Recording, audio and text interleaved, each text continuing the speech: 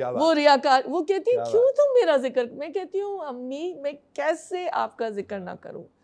آپ نے مجھے انگلی پکڑ کر شروع سے ہی, میں چھوٹی سی تھی, کتابیں پڑھ کے سنانا, محفلوں میں لے کے جانا, اسکالرس کے پاس لے کے جانا, تو وہی تو ہوئی اور ہم ان کے پیچھے پیچھے چلتے گئے یہاں تک کہ ہماری بھی زندگی میں استاد اور استاذہ آ گئے اور مینٹورز آ گئے. تو کیسے ہم ان کا ذکر نہ کریں. بالکل کرنا چاہیے. بالکل کرنا چاہیے. تو یہ ہمارا تو قرض ہے ان کے اوپر. بالکل. اور سوچنے کی بات یہ, میں اپنے آپ کو بڑا اس معاملے میں اپنے آپ کو جج کرتی رہتی ہوں کہ میرے اوپر قرض ہے, میں نے وہ قرض ادا نہیں کیا. بڑی گلٹ میں بھی میں رہتی ہوں. کچھ شہروں کا بھی فرق ہے تو پھر اور فاصلے ذرا بڑھ جاتے ہیں. تو بات شروع کرتے ہیں ہم سب سے پہلے آپ کی ذاتی اور پروفیشنل زندگی کے حوالے سے. اجاز بخاری صاحب, یہ فرمائیے گا کہ آپ کی زندگی کا سفر کہاں سے شروع ہوا اور آپ آج ماشاءاللہ جس مقام تک ہے یہاں تک کیسے پہنچے؟ میں آپ سے ایک بات عرض کروں کہ میرا تعلق تو رحیم یار خان سے ہے اور یہاں لاہور میں ہمیں 30 برس سے اوپر ہوا چاہتے ہیں. جی جی. میں نے اپنی گریجویشن وہاں سے کی تھی لیکن ایز اے پرائیویٹ اسٹوڈنٹ. میرے زیادہ تر پرائیویٹ میں پڑھتا رہا ہوں. جی. انگریزی میں میں نے ایم اے کیا یہاں سے پنجاب یونیورسٹی سے. ایم فل میرا بیکناؤس نیشنل یونیورسٹی سے ہے. اور اس کے علاوہ میں سائیکو تھراپی کا میں نے 1 سال کا ایک کورس کیا ہوا ہے, وہ یو کے سے ہے. اس کے علاوہ میرے لائف کوچنگ کے کورسز جو ہیں وہ کافی سارے میں نے یو ایس اے سے اور ادھر کیے ہوئے ہیں کیونکہ ریلیشن شپ مینجمنٹ کے حوالے سے ہمیں کام کرنا ہوتا ہے. تو سفر جو بھی جس طرح اب آئلٹ سے ہمارا ادارہ ہے, ہم لوگ انگریزی زبان سکھاتے ہیں, وہاں بھی الحمدللہ 1992 سے ہم لوگ یہ کام کر رہے ہیں. وہاں بھی 30,000 سے اوپر لوگ ہم لوگ ابھی تک ٹرین کر چکے ہیں.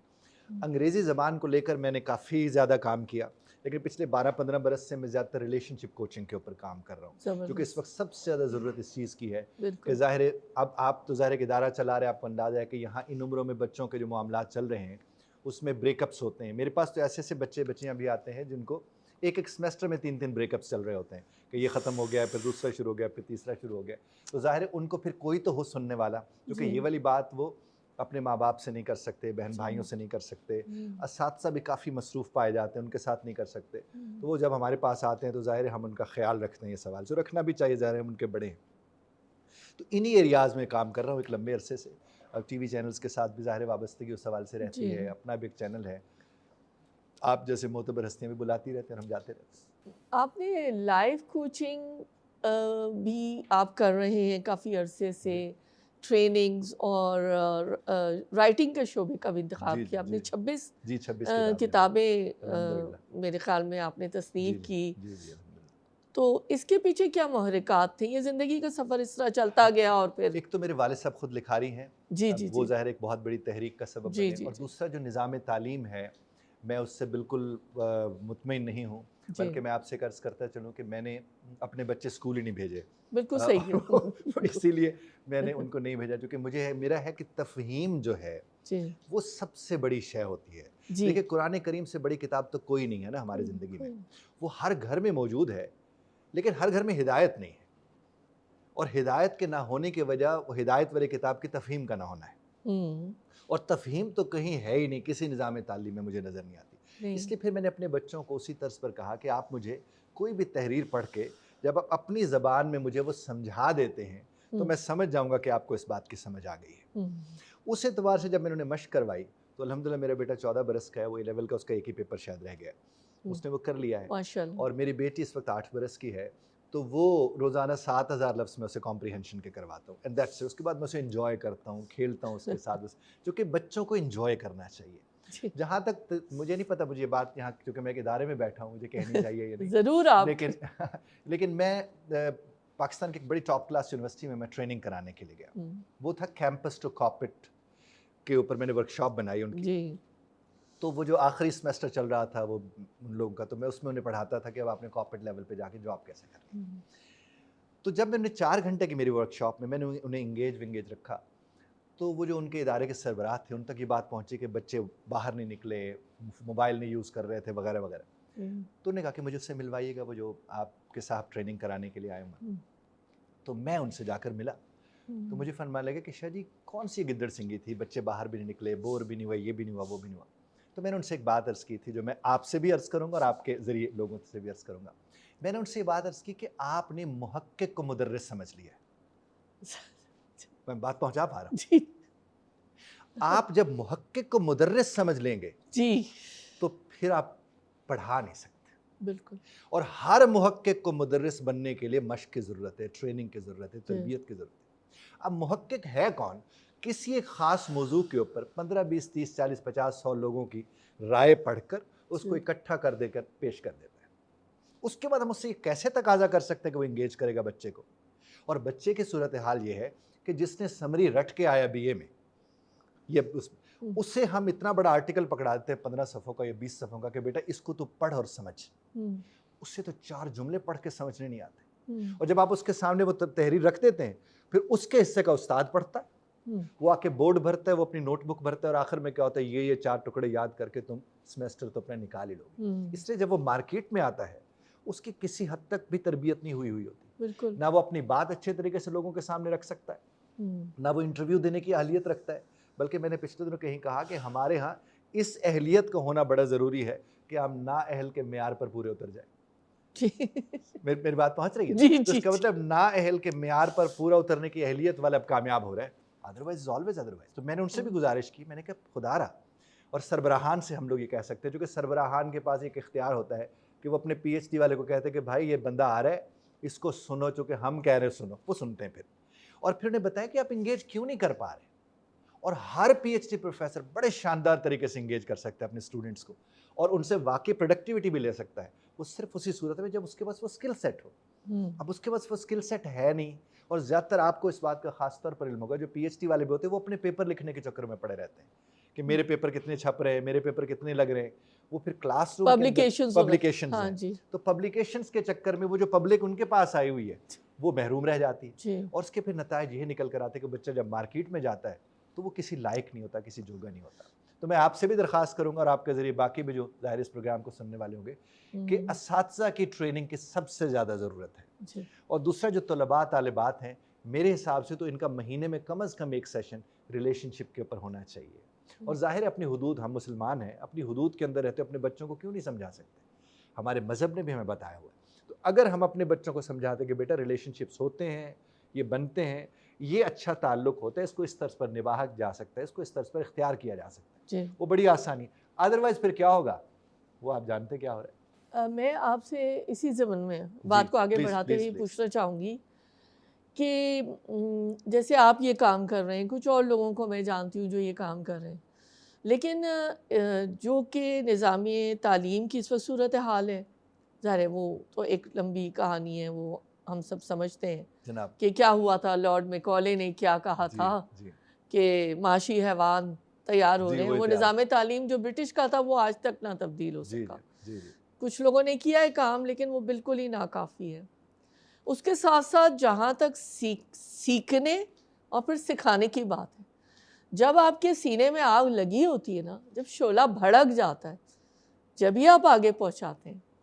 اب جب میں کوئی چیز سمجھتی تھی تو مجھے یہ ہوتا تھا کہ جب تک میں آگے نہ پہنچا دوں, مجھے لگتا تھا کہ وہ میری جو پیاس ہے وہ بجھ ہی نہیں سکتی جب تک کہ میں اس کو آگے نہ پہنچا دوں. اپنے پیاروں کو, اپنے عزیزوں کو, اپنے سرکل کے لوگوں کو, یہ جہاں تک میری پہنچ ہو سکتی ہے. میرا یہ سوال ہے کہ اس وقت جو صورتحال ہے, ہم اپنے ہی خطے کی بات کر رہے ہیں, تو اس کے لیے تو بے شمار آپ نے ٹرینرز بھی تیار کیے ہیں. یہ تو ایک میگا اسکیل پہ کرنے کا کام ہے نا. جہاں تک ٹیچرز ٹریننگ کی بات ہے, اس کی بازگشت میں پتہ نہیں 2-3 ڈیکیڈ سے اس پہ ہم سوچ بھی رہے ہیں, ہم نے اداروں سے بھی رابطہ کیا, اس انداز میں نہیں ہو رہی. اس کے علاوہ جو آپ نے ایک تو یہ بات ریلیشن شپس کی جہاں تک بات ہے, میں ساتھ ہی آپ سے کہنا چاہوں گی کہ جو حلال ریلیشن شپس تو نہیں ہے, تو اس کو اس انداز میں لانا کہ وہ کون سی باؤنڈریز ہیں جو ہم اپنے نوجوانوں کو اس طرف لا سکے کہ جو انہوں نے بیک اپس بھی رکھے ہوئے ہوتے ہیں کہ 4 ہیں 5 ہیں, یہ نہیں ہوا تو یہ نہیں ہوا تو یہ نہیں ہوا تو یہ, چاہے وہ میلز ہیں فیمیلز ہیں. ایک المیہ نا سوسائٹی کا. تو یہ دو ذرا سی ڈفرنٹ چیزیں, 2 سوال میں نے آپ سے کر لیے اسی حوالے سے جو آپ کے جواب کے. تو کیسے مسئلے حل ہوں گے؟ میرا دل بہت کڑتا ہے ان چیزوں پہ, مجھے بہت تکلیف ہوتی ہے. میں آپ کو ایک بات عرض کروں, پہلے تو ٹریننگ کے حوالے سے آپ نے فرمایا, آپ ایک تو صاحب اختیار ہیں جو کہ آپ ادارے کے سربراہ ہیں, آپ اپنے حصے کی بہت بڑی تبدیلی لا سکتے ہیں. پرابلم میڈم پتہ کیا ہوتا ہے, ہمارے ہاں یہ چیز دیکھنے کو ملتی ہے, ٹریننگ کوئی کرا رہا ہے, اچھا اس کا ٹی این اے کوئی اور کرا رہا ہے, اس کا ریسورس کوئی اور ڈیولپ کر رہا ہے. اس طرح تو ٹریننگ نہیں ہوتی. ٹریننگ تو یہ ہوتی ہے, مثال کے طور پر آپ کہتے ہیں کہ ہمارے یہ 200 لوگ ہیں, 500 لوگ ہیں, 300 ہیں, ان کو ہم ٹریننگ کرانا چاہتے ہیں. ان کے تو ایک ہفتہ ٹی این اے ختم نہیں ہوں گے. جب ٹی این اے کی رپورٹ آپ کے سامنے آ کر رکھی جائے گی کہ دیکھیں یہ چیزیں سامنے آئی ہیں اور اب اس کے اوپر یہ کارروائی اس طرح سے ہوگی, اور آپ کو لوپ میں رکھا جائے, دنوں میں تبدیلی آ سکتی ہے. یہ تو ممکن ہی نہیں ہے نا. اگر آپ کسی کو کہتے ہیں آ کے خطاب کر جاؤ, اس سے کوئی تبدیلی نہیں آتی ہوتی. ٹریننگ باقاعدہ ٹریننگ, ہم لوگ بھی جاتے ہیں, میں نے 6 لاکھ ٹریننگ لوگوں کو ٹریننگ کی. اب جب میں ان کو ٹریننگ کرانے کے لیے جاتا ہوں, مجھے ایک ٹاپک ملتا ہے اور کہا دیتے ہیں بھائی 90 منٹ آ کے اس پہ بات کر جاؤ. اب 90 منٹ کے اندر جو میں کر سکتا ہوں وہ میں کر کے آ جاتا ہوں, لیکن اس کو ادھر ادھر سے سپورٹ تو نہیں مل رہی. اب آپ کا اگر بطور ادارہ آپ یہ کرنا چاہ رہے ہیں تو آپ کے ادارے کا تو پورا سپورٹ سسٹم تیار کیا جا سکتا ہے. جب انہیں کہا جائے بھی اتنے لوگ ہیں, یہ ان کا کورس تیار ہوا ہے, یہ اس طرح سے, اور سب میں آپ لوپ میں ہو کیونکہ آپ ویژنری ہیں. آپ جب بطور, جس نے ابھی آپ نے کہا ہم کڑتے ہیں کہ ایسا نہیں ہو پاتا, جس کا بھی آپ نے ذکر فرمایا, یہ ممکن ہی نہیں ہے کہ تبدیلی نہ آئے. بالکل تبدیلی آ جاتی ہے. باقی جہاں تک تعلق ہے یہ جو آگ کی آپ نے بات کی, وہ تو ظاہر تڑپ ہو تو وہ تو اچھی بات ہے, لیکن اگر ہم صرف اسی کے اوپر ڈاکٹر صاحبہ بیٹھ جائیں گے نا, پھر تو ہم اسے وہ بائی ڈیفالٹ کہیں گے کسی میں ہے تو ہے, نہیں تو وہ نہیں. میں اپنا بتا رہی تھی کہ جیسے میرا سفر شروع ہوا, آپ کا بھی یہی ہوگا. جی بالکل ایسا ہی ہے کہ وہ اخلاص نیت جب ہوتا ہے نا, تو جب یہ چیز ہوتی ہے. وہ میڈم اگر آپ ایک لوپ بنا رہے تھے نا پراپر کہ یہ دیکھیں یہ ہے جہاں سے آپ نے گزر کے جانا ہے, ابھی بھی تو بنی ہوئی نا چیزیں, آپ ان میں سے گزار کے دیکھیں. آپ دیکھیں دنوں کے اندر, مہینوں کی تو ہم بات ہی نہیں کر رہے, آپ دنوں کے اندر اپنی تبدیلی کو دیکھیں کس طرح سے تبدیلی آ جاتی ہے. اسٹیک ہولڈرز کے ساتھ بیٹھ کے کوسچن آنسر سیشن کر کے آپ پراپر ٹریننگ بنائیں, جس میں آپ ہیں, صاحبزادہ صاحب ہیں, اس میں بیٹھ کے دیکھیں یہ ایریاز ہیں. کیوں نہیں ہو سکتا؟ اور میں آپ کو ایک بات, مجھے اس طرح اس بات کا یقین ہے تبدیلی کا, جس طرح میں آپ کو دیکھ رہا ہوں یا آپ مجھے دیکھ رہے ہیں, میں اتنا زیادہ اس چیز کے اوپر یقین رکھتا ہوں یہ ممکن ہے. دوسرا جہاں تک تعلق ہے, آپ نے فرمایا ریلیشن شپ کا بچوں کے ساتھ, دیکھیے جب تک ہم برائی کے وجود کو تسلیم نہیں کرتے تب تک ہم برائی ٹھیک نہیں کر سکتے. ہمارے ہاں کا ناز سے وہ بڑا خوبصورت کسی کا شعر ہے کہ میں آج بھی بھولا نہیں آداب جوانی, میں آج بھی اوروں کو نصیحت نہیں کرتا, کیونکہ نصیحت نہیں پسند آتی ہمیں اس دور میں, اس عمر میں کسی کو بھی نہیں پسند آتی. تو آپ نے کیا دیکھنا ہے, انہیں نصیحت والے انداز نہیں دینا, انہیں احساس دینا ہے ان کی توقیر کا, ان کے احترام کا, اور مذہب کس طرح انہیں محفوظ کرتا ہے. اگر ہم انہیں اس چیز کا احساس دے دیں گے, اگین ہماری ٹریننگ پروگرام کا حصہ, تو کیوں نہیں ہو سکتا, عین ممکن ہے. اور جب کوئی بھی چیز چھپائی جاتی ہے تو چھپانے والے کو بھی پتا ہوتا ہے کہ کچھ غلط ہے تو چھپایا جا رہا ہے. تو اس کا مطلب اتنا تو رب کائنات نے اس کو علم دے رکھا ہے. اور خواتین کے حوالے سے تو میرا 100% یقین ہے کہ رب کائنات نے ان کے اندر وہ سینسر لگا رکھے ہیں ان کی آنکھ میں کہ ایک مرد ہلکا سا اس کے رنگ بدلے آنکھ میں تو اس کو الرٹ ہو جاتا ہے کہ صاحب کاروائی ڈالنے جا رہا ہے کوئی. اب اس کے بعد اس کے اوپر ہے کہ وہ کاروائی میں اس کی مدد کرتی ہے یا وہ نہیں کرتی. یہ تو رب کائنات نے نظام بنا دیا, اور جس کو محفوظ رکھنا اسی کو اس طرح کا سلسلہ دیا جاتا ہے نا, ٹول دیا جاتا ہے. بالکل. اور دوسری بات میں آپ سے یہاں پر عرض کروں ڈاکٹر صاحبہ, ہمارے ہاں جس کو محفوظ کرنا ہے اس کے اوپر تو بڑا کام ہوتا ہے, جس سے محفوظ کرنا ہے اس پہ کام ہی نہیں ہو رہا. اب اگر ہم اپنے لڑکوں کو بتا دیں کہ عورت کی توقیر کیا ہوتی ہے تو یقین کیجئے یہ مسائل ختم ہونے کے امکانات بڑھ جائیں گے. تربیت کی تو ان کو ضرورت ہے, اور ان کو ہمارے گھروں میں بھی اس طرح سے نہیں دیکھا جاتا, اور باہر تو خیر ظاہر ہے, اور ہر ایک موقع ہے. حالانکہ مرد کے لیے یہ ہے کہ موقع تقوی کا ہوتا ہے, جس گھڑی اس کو موقع ملا ہے تو اس کو اپنے تقوی کے اظہار کا موقع مل رہا ہے کہ کس حد تک وہ متقی ہے. تو وہ ظاہر ہے تقوی کی ڈیفینیشن کو سمجھے گا تو اس اعتبار سے دیکھے گا نا. اور وہ ادارے کر سکتے ہیں, یعنی اداروں سے مراد میں یہ سمجھتا ہوں, کیونکہ میری تو آپ کی پہلی ملاقات ہے اور جس طرز پر ہمارے درمیان گفتگو ہوئی ہے, میں سمجھتا ہوں آپ کا ادارہ تو یہ کام کر سکتا ہے. میرے اللہ کے کرم سے بالکل وہ یہ کام کر سکتا ہے, اگر ظاہر ہے ایک پراپر اس کی ٹریننگ بن جائے کہ بھائی اس طرح سے ان چیزوں کو لے کر چلنا ہے. میں تو بہت یقین رکھتا ہوں کہ بالکل این ممکن، کیونکہ اخلاص پیچھے موجود ہے، اخلاص نیت. آپ دیکھیں نا، آپ ہیں سراپا اخلاص ہے اپنے ادارے کو لے کر. صاحب جو اس دنیا میں نہ رہے وہ کیا کچھ نہیں کر کے چلے گئے، وہ بھی سراپا اخلاص تھے، تو پھر کیوں نہیں ہو سکتا؟ بالکل ہو سکتا. پراپر جیسے کہ ہم دنیاوی تعلیم ہے، اور یہ بھی دنیاوی تعلیم کو ہی ہمیں چینلائز کرنا، چینلائز کرنا ہے نا. تو trainings, follow up sessions, and those should be result oriented. That is our focus. اور ریزلٹ اورینٹڈ ہونے کے لیے آپ دونوں جو اسٹیک ہولڈرس ہیں، چونکہ میں یہ کہوں گا اسٹیک ہولڈر آپ دونوں ہیں، باقی لوگ دوسرے نمبر کے اسٹیک ہولڈرس. آپ اگر اس میں ہر اس کے ساتھ ساتھ رہیں کہ ہر ایکٹیویٹی کے بعد آپ دیکھیں اس ایکٹیویٹی کے اثرات کیا مرتب ہیں، پھر اس کے بعد اثرات، یہ زیادہ زیادہ کتنا 6-8 مہینے لگیں گے، پھر وہ ساری چیزیں سائیکل میں آ جائیں گی. آپ کے اندر تو اتنی انرجی ہے اور اتنے آپ آپٹمسٹک ہے نا ماشاء اللہ. تو ایسے لوگ بہت مجھے، میں نے اپنے بچوں پہ تجربہ، مجھے آج آپ کوئی 5ویں کا بچہ دیں، اتنا ماٹھا کیوں نہ ہو، میں 3 سال میں او لیول کرا دوں گا اس کو، مجھے کوئی پکڑا کے دے دے. جی میں دیتی ہوں آپ کو اپنے گرینڈ چلڈرن. میری بیٹی ماشاء اللہ بہت ہی ہائیلی کوالیفائڈ ہے، بہت انٹلیکچوئل ہے، آئی وی لیگر ہے. وہ کہتی ہے میں نے تو اسکول میں ڈالنا ہی نہیں، میں تو ہوم اسکولنگ کروں گی. بہت اچھا سوچ. کیونکہ وہ جو کچھ دیکھ رہی ہے پبلک اسکولس میں، تو وہ تو یہی کہتی ہے مجھ سے. اب آگے دیکھیں کیا ہوتا ہے. اچھا تھوڑا سا بیک آپ نے جو ذکر کیا، میں تھوڑا سا کنٹریبیوٹ کرنا چاہوں گی کہ جہاں تک سورہ نور میں آپ دیکھیے، جہاں تک نظریں جھکانے کا، اس طرح تو نہیں، as a matter of fact تو ہم ایک دوسرے سے بات کر رہے ہیں. جہاں پہ غص بصر کی بات ہے، جہاں نظر کو جھکانے کی بات ہے، ظاہر ہے اپوزٹ جینڈر کی بات ہو رہی ہے یا جس طرح سے بھی، پہلے حکم مردوں کو آیا. جناب علی. تو لوگ جو لیفٹسٹ ہیں، سیکولر ہیں، یا جو بالکل ہی اورینٹلسٹ ہیں، وہ کہتے ہیں مردوں کا تو کوئی پردہ نہیں ہے. مردوں کا یہیں سے ہی سٹارٹ ہے کہ آپ اپنی نظروں کی حفاظت کریں. As a matter of fact یا نیتوں کا حال تو اللہ جانتا ہے، وہ تو ہم ایک معاشرے میں رہ رہے ہیں. اس کے بعد آگے آیات میں جا کر اللہ تعالیٰ نے خواتین کو کہا کہ تم بھی اپنی نظریں جھکا کے رکھو، اور یہ تمہیں کرنا ہے. کیونکہ وہی بات کہ وجود زن سے تصویر کائنات میں رنگ اللہ تعالیٰ نے بنائی، اس کو اتنا حسین دیا کہ جیسے سی پی میں بند موتی ہے بند، تو اس کو اللہ نے سمجھا کہ شاید پروٹیکٹ کرنا ہے. وہ کسی کا بھی، کوئی بھی مجھ سے اختلاف کر سکتا ہے اس معاملے میں. میرا دل چاہا کہ میں آپ سے یہ بات شیئر کروں. آپ نے بہت اچھا فرمایا کہ اس میں کوئی اختلاف کرتا بھی نہیں. اب دیکھیے میں آپ کو بات عرض کروں، یہ جو مرد کی نظر ہوتی ہے نا میڈم، یہ عورت کو عورت کے ہونے کا احساس دیتی ہے.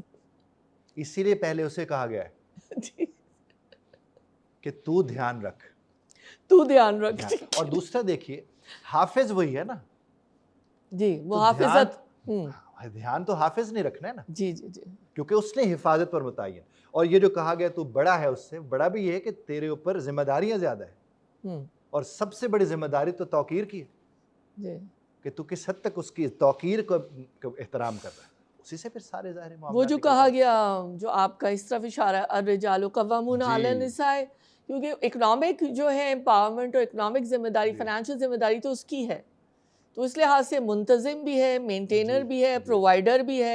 از اے پرووائڈر. جی بالکل ہے. اور از اے پروٹیکٹر. Of course. تو بڑی عزت و توقیر اللہ نے دے دی. کہیں گے نا کہ بھائی تو اپنی نظروں کا دھیان رکھ. میں نے اس لفظ حافظ استعمال کیا نا. جی تو پروٹیکٹر کو ہی کہیں گے نا. دوسرا میڈم میں آپ سے ایک بار یہاں پر، جو کہ میرا کوچنگ کے ساتھ ریلیشن شپ کے ساتھ تعلق ہے، خاتون اگر جذباتی نہیں ہے تو یہ اس کے خاتون ہونے پہ سوال نشان آ جاتا ہے.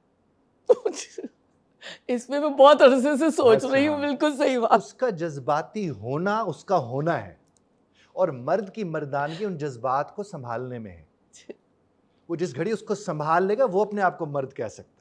اور اگر وہ الجھ پڑے گا اپنی ذمہ داری سے، ایک ذمہ دار جس گھڑی ذمہ داری سے الجھ پڑتے وہ تو خود ذمہ داری بن جاتا ہے. تو یہاں اس کو یہ دیکھنا کہ مجھے اس کو سنبھالنا ہے. اور دیکھا جائے اس کو، چلے میاں بیوی تو جو بھی ہیں، ماں کو دیکھ لے، بہن کو دیکھ لے، بیٹی کو دیکھ، چھوٹی چھوٹی باتوں پہ الجھتے ہیں اور چھوٹی چھوٹی باتوں پہ خوش ہو جاتے ہیں. تو ایسوں کے ساتھ بڑے بڑے جھگڑے پتہ نہیں کر کیسے لیتے ہیں. ہونا تو نہیں چاہیے. کاش یہ سارے مرد ایسی باتیں سمجھ جائیں. میں کہہ رہے ہیں تو سمجھ ہی جائے گا. سمجھ ہی جائیں گے. میں اس میں کافی عرصے سوچ رہی ہوں. پہلے مجھے تھوڑا سا ہوتا تھا جب میں نے یہ سنا، ٹاکس پڑھا کہ عورتیں ایموشنل ہوتی ہیں.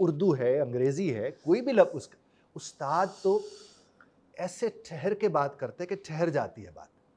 لیکن ہمارے یہاں وہ اساتذہ وہ کہتے ہیں بس میں نے تمہیں بتا دیا نا, وہ بورڈ بھرتے ہیں, بچہ نوٹ بک بھرتا ہے اور بس کام ہو جاتا ہے. میں تو اکثر جگہوں پہ دیکھتا ہوں کہ اساتذہ اس لیے پڑھ کے جاتے ہیں کہ کہیں بچہ پڑھ کے نہ آ جائے.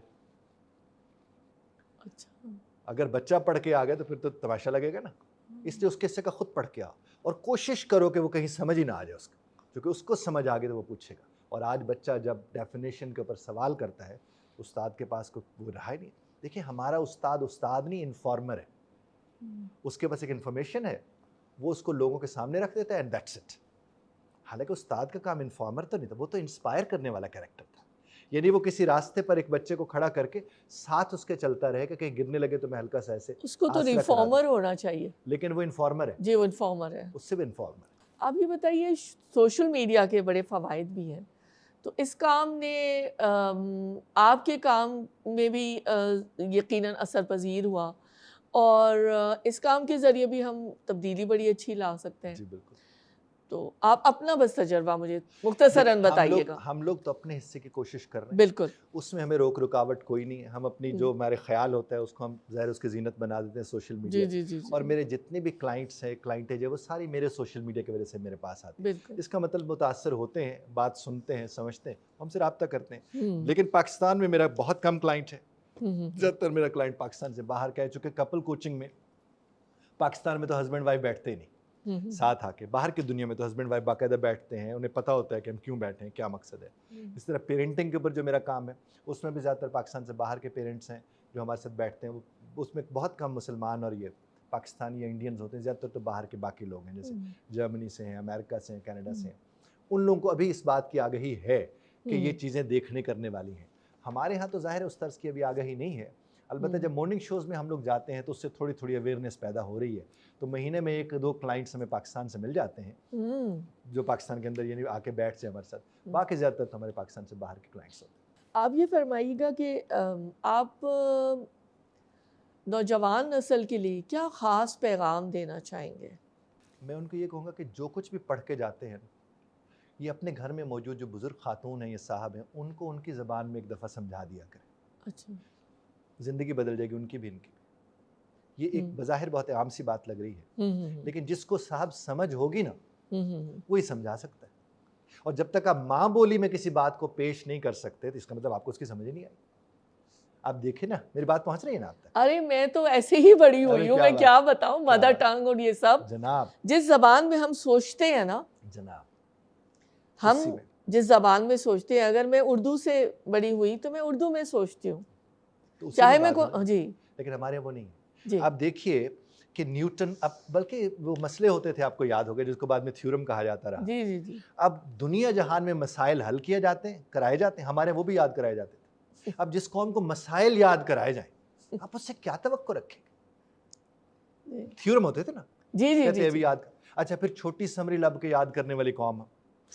ہمیں استاد وہ اچھا لگتا ہے, ایک صفحے کے اوپر 8-8 سمریز ہوتی تھی اور کہتے ہیں کیا شاندار, حالانکہ وہ صرف فونٹ چھوٹا کر دیتے تھے, نفسیات سے کھیلتے تھے. اب وہ جو چھوٹی سمری یاد کر کے آیا ہے اس سے آپ کہیں سمرائز کر دو کسی چیز کو, وہ کر سکتا ہے؟ وہ تو اس پروسیس سے نہیں گزرا.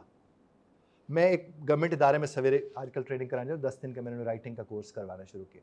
میں جب ان کے پاس گیا تو ان کا مجھے رائٹنگ کے سارے وہ کام, یہ ای میل یوں لکھتے ہیں, یہ لکھتے ہیں, وہ لکھتے ہیں. اچھا میں نے جب ان کا ٹی این اے کیا, ٹھک ٹھک ایسا شاندار تحریر, میں نے کہا آپ کو تو انگریزی کی ضرورت ہی نہیں ہے. میں نے صرف سینیریو بدلا میڈم, نتر کے سامنے آ گئے, کیونکہ انہوں نے فکرے جو رٹے ہوئے تھے وہ تو ٹھک ٹھک لگ جاتے تھے. جو ہی آپ سینیریو بدلتے ہیں صورتحال مختلف ہو جاتی ہے. ہمارے بچے کا بھی تو یہی حال ہے, اس کا آپ سینیریو صرف بدل دیں. دیکھیں آپ کے بچے کے ساتھ اگر آپ دکھ نہیں بانٹ سکتے اور وہ یونیورسٹی کا بچہ ہے تو یہ یونیورسٹی کے اوپر بھی سوال نشان ہے, والدین کی تربیت پر بھی سوال نشان ہے, بچے کے اوپر کوئی سوال نشان نہیں.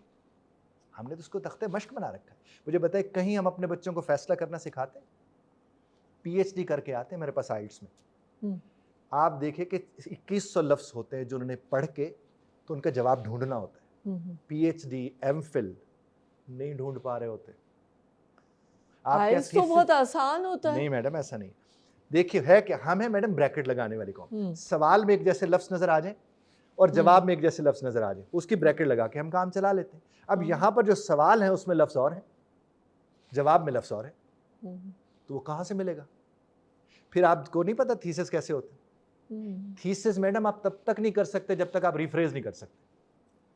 اگر وہ بچہ ریفریز کر کے بیٹھا ہے تو آئلٹس بھی تو ریفریز ہے، اور اگر وہ آئلٹس میں نہیں کر پا رہا تو اس کا مطلب پیچھے کہیں ڈنڈی مار کے وہ آیا ہوا ہے، اور وہ ڈنڈی مار کے وہ ایم فل کی ڈگری بھی لے کے بیٹھا ہوا، وہ پی ایچ ڈی کی ڈگری بھی لے کے بیٹھا ہوا. وہ تو میڈم آئلٹس نے تو کمال کیا ہوا ہے نا. اور ہمارے پاس جب بچے آتے تھے یہ والے، میں ڈاکٹر ہوں، میں یوں، اور اس طرح ہمارے جو دوسرے ڈاکٹرز ہیں، میں نے 1999 یا 2000 میں نے کوئی 4000 نرسز اور 2000 ڈاکٹر ٹرین کیے آئلٹس کے. اس وقت میں ڈاکٹرز، اس سے پہلے ڈاکٹرز کو بڑی بلا سمجھتا ہوتا تھا، اور جب میں نے ان کو وہاں پڑھتے اور بات کرتے دیکھا، میں نے کہا یار ان کے پاس جا کے ہم بیٹھتے ہیں کہ ہمیں چیک کرو. یعنی میں اتنا اپنے آپ کو غیر محفوظ سمجھنے لگا اس کے بعد کہ یار یہ کن کے پاس سمجھاتے ہیں، اور ان سے تو 4 جملے پڑھ کے ہی اپنی زبان میں نہیں بیان کر سکتے. اور یہ میڈم المیہ پوری قوم کا ہے، اور آپ کے گوشگزار کرنے کا مقصد یہ ہے کہ آپ کچھ کر سکتے ہیں تو کیجیے. میں سمجھتی ہوں ان باتوں کو. آج کا بچہ یا میرے پاس جو لوگ بھی آتے رہے ہیں کام کرنے کے لیے، امپلائیز بھی، اور مجھے اس بات کا بھی بڑا دکھ ہوتا ہے کہ نہ انگریزی ان کو آتی ہے نہ اردو. تو کریں کیا؟ اوپر سے جب وہ رومن میں لکھ رہے ہوتے ہیں وہ تو مجھے لگتا ہے کہ مجھے نا کچھ ہو ہی جائے گا، میرے دل میں خنجر لگ رہے ہیں. مجھے سمجھ میں نہیں آتا، اور میں اتنا ایوائڈ کرتی ہوں ان چیزوں کو. اور مجھے تو کسی کی ہمت نہیں ہوتی کہ مجھے وہ بھیجے نا، مجھے نہیں بھیجا. بلکہ سونے پہ سہاگا ایک دن تو میں نے دیکھا کہ اسکرپٹ بھی سارا اسی میں تھا، کسی کا تھا، میرا تو نہیں، ان کی مجال ہے. لیکن میں اب اس چیز کو نہیں ہینڈل کر سکتی، میں اس کو مطلب آئی کی ناٹ ڈائجسٹ اٹ. تو میں نے کہا لو بھائی. تو یہ مطلب یہ کہ اب یہ صورت حال ہے. اب جعفر، لیکن اس کا ذمہ دار کون ہے؟ ہمیں. جی، ہماری ذمہ داری بہت بڑھ گئی ہے، بڑی بھی ہے، ہم اس کو پورا نہیں کر پا رہے. اور دیکھیں ہم اس کو پورا کر سکتے ہیں اگر ہم ایک میکنزم بنا لیں. دیکھیں میڈم، جو اردو میں بچہ نہیں لکھ پا رہا، جی جی جی، کیا ہمارے اداروں میں اردو لکھوانے کے اوپر کوئی ترغیب ہے؟ نہیں ہے. اچھا، جب اس کے اوپر نہیں ہے پھر وہ یہی کرے گا. میرے پاس ایک بچہ کام کرنے آیا میڈم، ایم فل تھا وہ، میرے خیال میں فزکس میں یا پتہ نہیں کس چیز میں. میں نے اسے کہا کہ یہ ذرا لکھ دو، میں اردو میں اسے کہا کہ یہ ذرا لکھ دو. اس نے اس کو رومن میں لکھنا شروع کر دیا. میں نے کہا بیٹا اس کو اردو میں لکھو، انگریزی میں. کہتے ہیں سر وہ تو مجھے لکھنی نہیں آتی. اچھا، پھر میں نے کہا اچھا چلو 2-4 لفظ لکھ. اب اس نے قصور جو تھا وہ سین سے لکھا ہوا تھا. یہ میڈم ایم فل کا بچہ ہے، اور اس کا ذمہ دار پھر کون ہے؟ انگریزی کا. جہاں تک آپ بات کرتے ہیں میڈم، ان کو انگریزی کہاں سے آتی ہے؟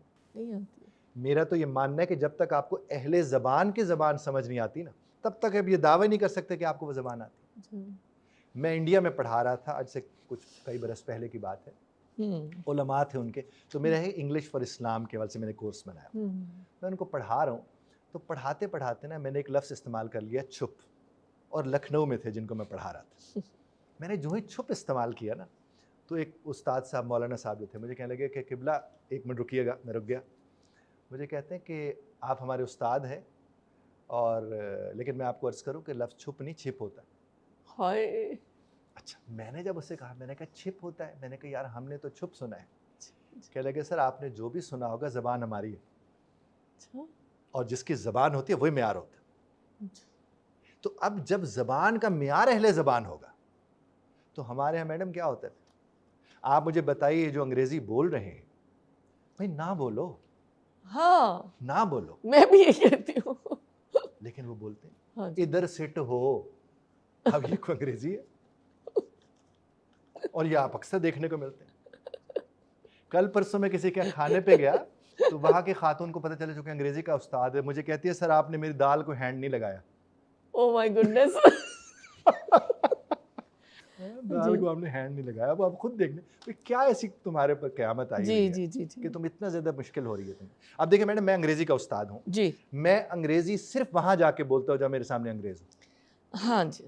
یہاں تو آپ کے سامنے سننے والے اردو، آپ اردو، آپ کے کانوکیشنز جو ہوتے ہیں میڈم، اس میں کیا کیا نہیں ہوتا. کیسے لوگ منہ بھر بھر کے انگریزیاں بول رہے ہوتے. کاہے کو؟ بیٹھا کون ہے؟ کوئی انگریز بیٹھا ہے. اور اگر کوئی 2 یا 4 انگریز بیٹھے ہیں تو ان کو کہیں ترجمہ کراؤ. ہم کیوں 200 لوگوں کو خراب کریں؟ جتنی ترقی یافتہ قومیں ہیں، ٹھیک ہے، آپ دیکھ لیں، کیا ان کو کوئی کمپلیکس ہے؟ نہیں. جاپان دیکھ لیں, کوریا دیکھ لیں, چائنا دیکھ لیں, یو ایس, اب سارے کیا نام لینے کی کیا ضرورت ہے, ہمیں ہے نا, ان کو کوئی کمپلیکس ہے؟ ہماری ذہنی غلامی تو ختم ہی نہیں ہوئی جناب. ہم آزاد یوں تو ہو گئے تھے, ذہنی غلامی نہیں ختم ہوئی, ہمارے کمپلیکسز ہی نہیں ختم ہوتے. صحیح فرما رہے ہیں. میں یہ بات پتہ نہیں کتنی دفعہ کہہ چکی ہوں کہ ہمارے والدین جب بچہ فر بے شک غلط بول رہا ہے, وہ اسی میں خوش ہیں کہ اس نے ٹی شرٹ, ٹینک ٹاپ اور جینس پہن لی. ارے بھائی بہت ماڈرن ہے, ہاں بھائی یہ کامیاب ہے, جڑیں تو اپنی چھوڑ دی نا. بس وہ پھر اس کے بعد ہونا کیا, پھر ہم رحم و کرم پر ہی ہوں گے نا.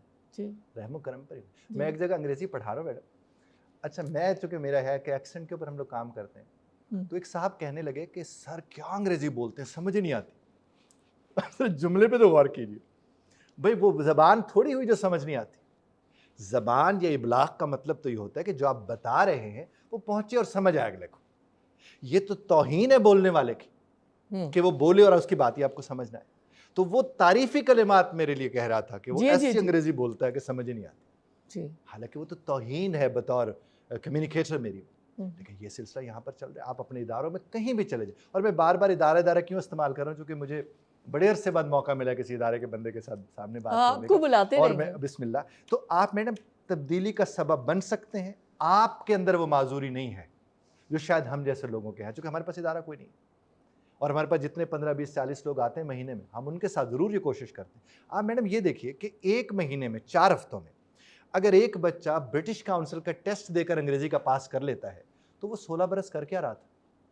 وہ نظام تعلیم ویسا کیوں نہیں ہے کہ ہمارے یہاں کے 4 ہفتوں میں وہ کام کر لیتے ہیں انگریزی کا, اور اداروں میں 16 سال وہ کام نہیں کر پاتا. 8 سیمسٹر کے لیے آتا ہے یہ BS کا بچہ آپ کے پاس, 8 سیمسٹر, اللہ اکبر, آپ تو اس کی زندگی بدل کے رکھ دیں.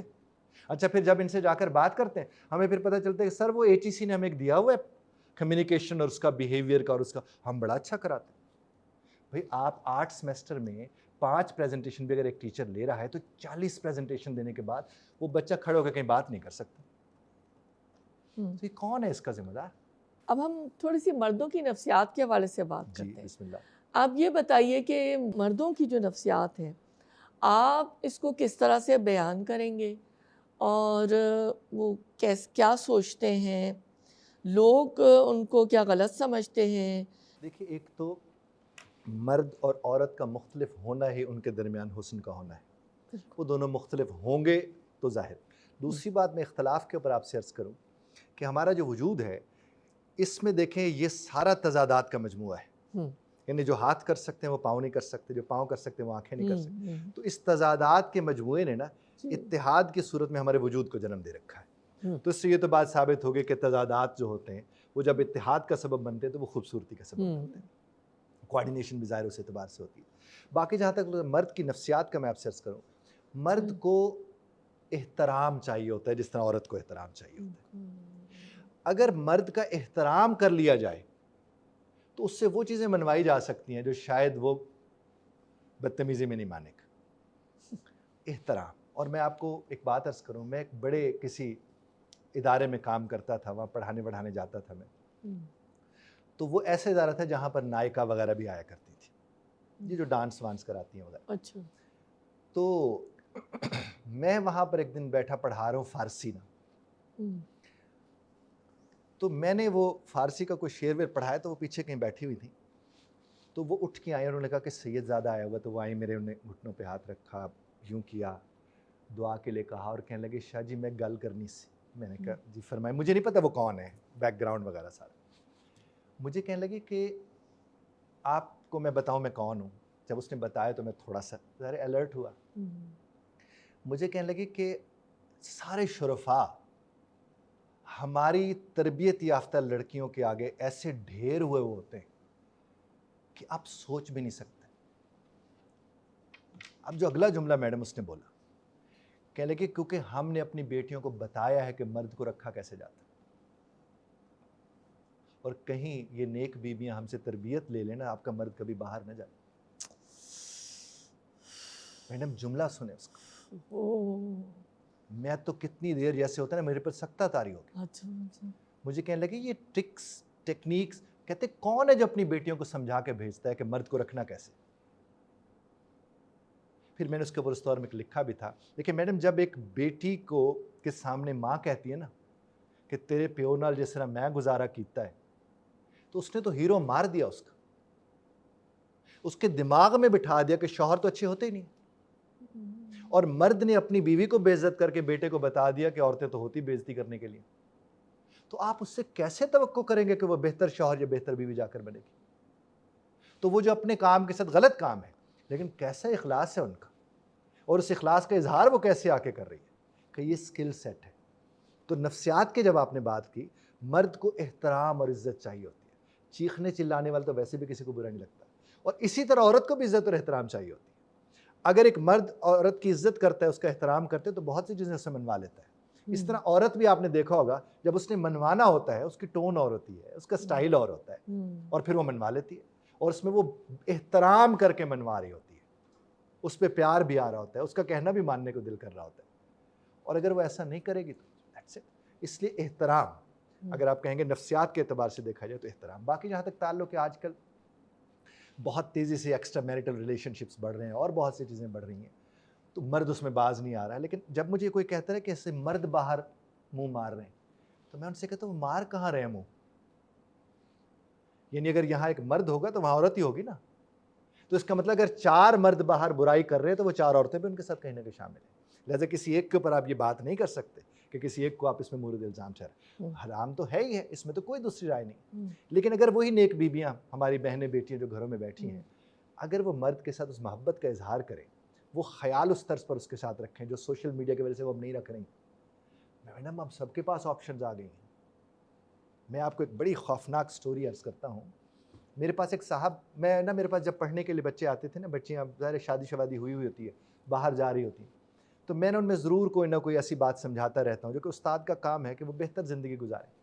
تو ایک دن صاحب میرے پاس آئے, اور وہ مجھے کہنے لگے کہ شاہ جی مجھے پتہ چلا ہے کہ آپ بچوں کو یہ بتاتے ہیں, تو یہ میری بیٹی ہے, اس کو تو بتائیں, سمجھائیں. میں نے کہا کیوں, کیا ہوا؟ کہنے لگے 3ری طلاق لی ہوئی ہے اس نے.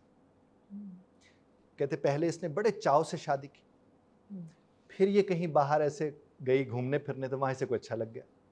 اس نے اپنے شوہر سے آ کر کہا کہ مجھے تیرے سے ساتھ نہیں رہنا. کہتے آسان طریقے سے ہم نے چھڑوا لیا. 2ری شادی اس کی ہو گئی. 3ری شادی کہیں وہ ٹریننگ کرنے گئی, پتہ نہیں بیوٹیشین تھی یا کیا تھی, وہاں وہ جو ٹرینرز تھے ان میں سے کہیں کسی کے ساتھ پھر معاملات طے پا گئے. اچھا یہ وہ بیٹی بیٹھی ہے میرے سامنے, وہ صاحب بھی بیٹھے ہوئے, وہ مجھے کہہ رہے اس نے 3ری شادی کر لی, اور کہتے تو کیا ہوا, یہ ٹھیک نہیں رہے گا تو میں 4تھی بھی کر لوں گی. اس باپ نے سفید ریش باپ منہ پیٹنا میرے آگے شروع. کہتے دیکھو سر جی, دیکھو تو یہ نہیں کہ ساری بیٹیاں ایسی ہیں, لیکن ایسے معاملات بھی ہیں. حضرات میں بھی بہت چیزیں, مردوں میں بھی بہت سی چیزیں دیکھنے کو مل رہی ہیں, عورتوں میں بہت سی چیزیں. اس لیے آپ کی ہماری زیادہ ذمہ داری بن گئی. یہ جو ہم کام کریں یہ ذمہ داری تو ہے. جی میں تو یہ ذمہ داری ہے, ہم کنٹریبیوٹ کریں, لوگوں کو بتانے کی کوشش کر رہے ہیں کہ خدا را ان کے ساتھ. میں کہتا ہوں بیٹی کے ساتھ, بیٹے کے ساتھ اگر آپ گھر میں ان کے دوست بن گئے, انہیں باہر دوست نہیں بنانے پڑتے. آپ ان کی نیگیٹو سے نیگیٹو بات کو اگر آپ سن لیتے ہیں تو آپ اسے فلٹر تو کر سکتے ہیں.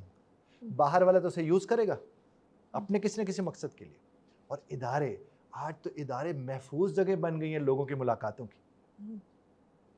یہ انہوں نے پتہ ہے یہاں تو کوئی نہیں آ کے دیکھے گا, وہ چاہے کسی کیفیٹیریا میں بیٹھ جائیں یا کسی جا کر بینچ کے اوپر کہیں میں بیٹھ جائیں, بیٹھیں, ہمیں اس پر کوئی اعتراض نہیں ہے. اپنی حدود میں رہتے ہو, جو شرعی تقاضے اس کے مطابق وہ زندگی گزار سکتے ہیں. لیکن کیا ہمیں نہیں پتہ میڈم کیا ہو رہا ہے؟ سارا چانن ہے, اور جس کے پاس چانن ہو اور اس کے ساتھ ساتھ وہ صاحب اختیار ہو, تو پھر پوچھ تو ہوگی صاحب, جواب تو دینا پڑے گا. ایک مرد کے لیے جب کوئی ذہنی جذباتی چیلنج آتا ہے, بعض مرد ہوتے, زیادہ تر مرد میں نے یہ دیکھا ہے, میرا تجربہ ہے, مشاہدہ یہی ہے کہ وہ شیئر نہیں کرتے. وہ اپنی بیگم سے, گھر میں بیگم ہی ہوتی ہے نا, جی بالکل, اس کی جو ساتھی ہوتی ہے زندگی کی, تو وہ شیئر نہیں کرتے. میں یہی آپ سے ذرا اور کھل کے پوچھنا چاہ رہی تھی کہ عورتیں تو ایموشنل ہوتی ہیں, وہ تو بول دیتی ہیں نا, مرد اپنے اندر کافی گہرائی رکھتے ہیں. میرا بھی کچھ تجربہ رہا ہے کہ وہ اپنی پرابلمز شیئر نہیں کرتے.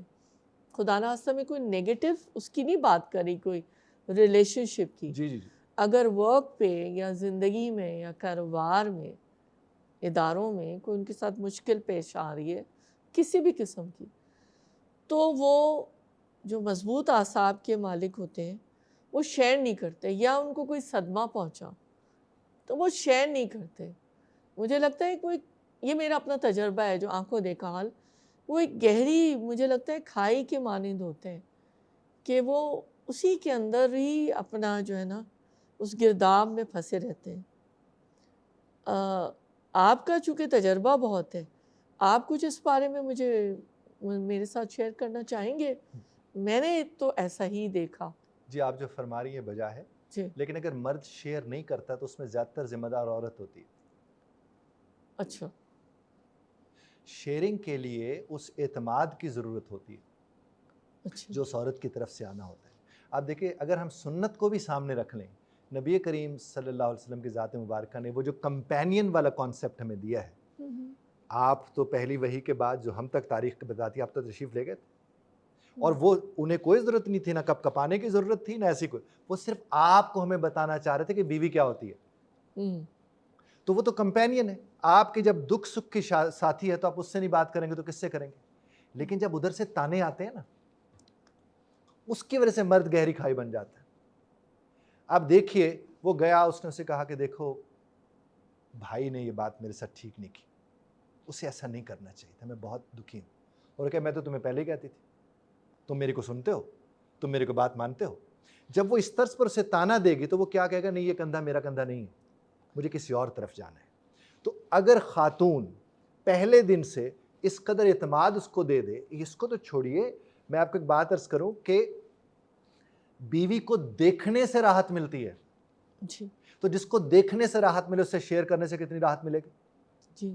لیکن اس کو شیئر کرنے کے لیے کس طرح بنایا جا سکتا ہے کہ وہ دیکھے کہ یہ جب بات کرنے آیا ہے، یہ جتنی بھی بہنیں بیٹیاں ہمیں سن رہی ہیں، اس کو سنے تو صحیح یار، اس کو خالی تو ہونے دو. اور اس کے بعد بے شک اس کی بات سنتے ہوئے سمجھتے ہو، اسے کہو کہ میری ناقص رائے یہ کہتی ہے، باقی آپ بہتر ان چیزوں کو سمجھتے ہیں، جو آپ بہتر سمجھیں آپ کر لیں، چلو اتنے سے ابتدا کرنا شروع کر دیں. عورت کا تانا مار ڈالتا ہے، مرد کا بھی مارتا ہے، اس میں کوئی شک نہیں ہے. لیکن عورت جب کہتے میں تو تمہیں پہلے کہہ رہی سا، بھئی وہ تم اس لیے تمہارے پاس نہیں آیا کہ تم اسے زخم کو ہرا کرو، وہ اس لیے تمہارے پاس آیا کہ وہ تمہیں بتا رہے اپنے بھائی کا دکھ، وہ تمہیں بتا رہے اپنی بہن کا دکھ. اور اگر وہ یہ بتا رہے، یہ ماں باپ کی طرف سے بے انصافی کا وہ شکار ہوا ہے، یا ابھی پریشان ہو کے کہیں سے وہ آیا ہے، حل نہیں ہے تمہارے پاس. عورت سے مرد کو حل نہیں چاہیے ہوتا، کمفرٹ چاہیے ہوتی ہے. اور کمفرٹ تانوں سے تو نہیں ملتی میڈم، تو کبھی بھی نہیں ملتی. اس کے لیے بھی ماں نے تربیت کرنی ہے. آپ دیکھیں اگر میرے والد صاحب پریشانی کی حالت میں گھر آئے ہیں اور میری والدہ ان کے لیے کمفرٹ کا سبب بنی ہے، تو میری بہن کیا سیکھے گی اس سے؟ اسے یہ سیکھے گی کہ شوہر کے لیے کمفرٹ بننا ہے، ہمدرد ہوتا اس کو اور کمفرٹ کیا میڈم، خالی ہونے دیں. ہم میں سے اکثر لوگوں کو حل نہیں چاہیے ہوتے، سننے والے چاہیے ہوتے ہیں. اور اگر سننے والا درمیان میں ٹوک ٹوک کے بولنا شروع کر دے، نہیں تو اینج کر لینا سی نا، نہیں تم نے یوں کر لینا تھا نا، یہ تو کوئی بات نہیں. مجھے تو صرف میں خالی ہونا چاہتا ہوں، مجھے اس لیے سن لیا جائے، مجھے تھپکی دے دی جائے، مجھے کہا جائے اچھا اللہ خیر کرے گا، مجھے پورا تو ہونے دیں. اور میڈم رشتے ہمارے کیا ہے، جس طرح ہم کسی کو شعر سنانے لگے اور خدا نہ خواستہ اسے شعر آتا ہو، وہ کبھی پورا تو نہیں ہونے دیتے. تو کتنے ادھورے ہیں وہ جو کسی کو پورا ہوتے ہوئے دیکھ نہیں سکتے. یہی بات ان کی ہوتی ہے. یہ ایک جملہ بولتے ہیں، اگلا اس میں سے جملہ اچک کے اس کے منہ پہ دے مارتا ہے، اس کے بعد کہاں سے گفتگو ہوگی. وہ پھر جائے گا رات کو کہیں بعد بوتل پیے گا، وہ جا کر پان کھائے گا، سگریٹ پیے گا. جو رات راحت کے لیے اس کے گھر بچوں کے لیے ہے، وہ باہر گلی محلے میں کہیں گزار دیتا ہے. مجھے بہت برے لگتے ہیں وہ مرد جو رات کو 8 9 10 بجے جا کر باہر تھڑے پہ بیٹھے ہوتے، پان کھا رہے ہیں، بوتل پی رہے ہیں. یہ تو راحت کا وقت ہے ان کے بچوں کا اور ان کا. اور ان سے پوچھیں، میں بلکہ ایک میرے پاس صاحب آئے، مجھے بتانے لگے کہ نئی شادی ہوئی ایک آدمی کی، اور اس نے اپنا وہ باہر بیٹھے ہوئے 10 11 بجے، تو اس سے کہا کہ یار تم اٹھو نا، جاؤ وہاں پر. اس نے کہا تم اٹھو نا، گھر جاؤ، تمہارے تو نئی شادی. کہتے نہیں وہ جاگ دی ہوئے گی. آپ جملے پہ ذرا غور تو کیجیے، نہیں کہتے وہ جاگ دی ہوئے گی. تو بھائی تمہارے لیے جاگ رہی ہے وہ، تم اس کی راحت ہو، وہ تمہاری راحت ہے. اور رب کائنات نے اس سب کو حلال اور خوبصورت بنا رکھا ہے تمہارے، تو کاہے کو نہ سے.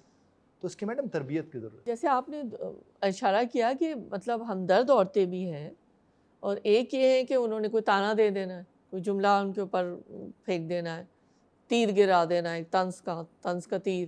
لیکن یہ کہ جو ہمدرد